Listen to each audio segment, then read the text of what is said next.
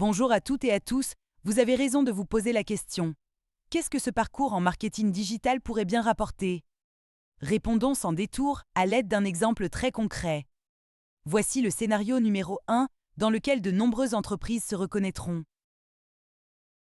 Cet exemple est inspiré d'une situation réelle. Par discrétion à l'égard du client, certains détails ont été modifiés. L'histoire et les scénarios sont authentiques.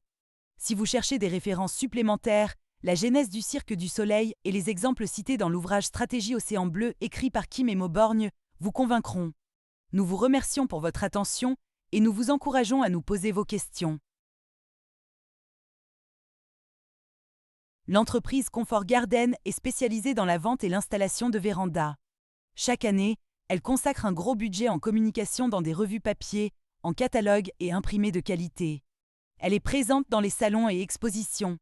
Elle communique presque de la même façon que ses concurrents et se trouve sur les mêmes marchés avec les mêmes argumentaires pour les mêmes clients.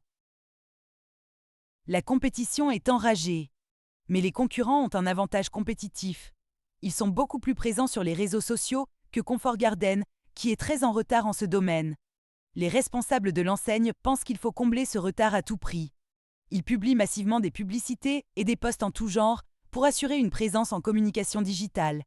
Ils imitent leurs concurrents sur le même terrain avec les mêmes propos.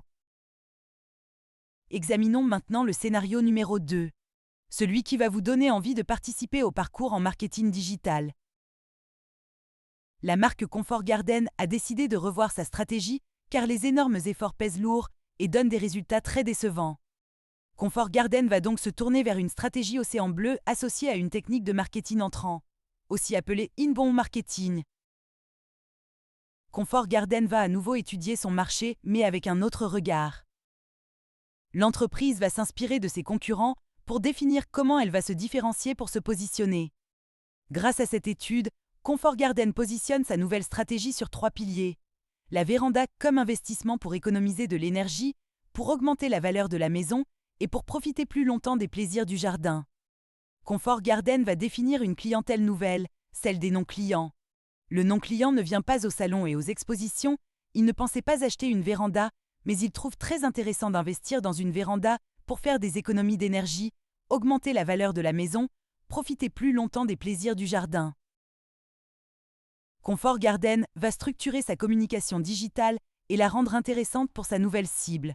Elle va créer des contenus et mettre en place des tunnels de conversion pour attirer les prospects et les convertir en clients. Comfort Garden a élaboré un plan de communication digitale solide avec des indicateurs clés de performance.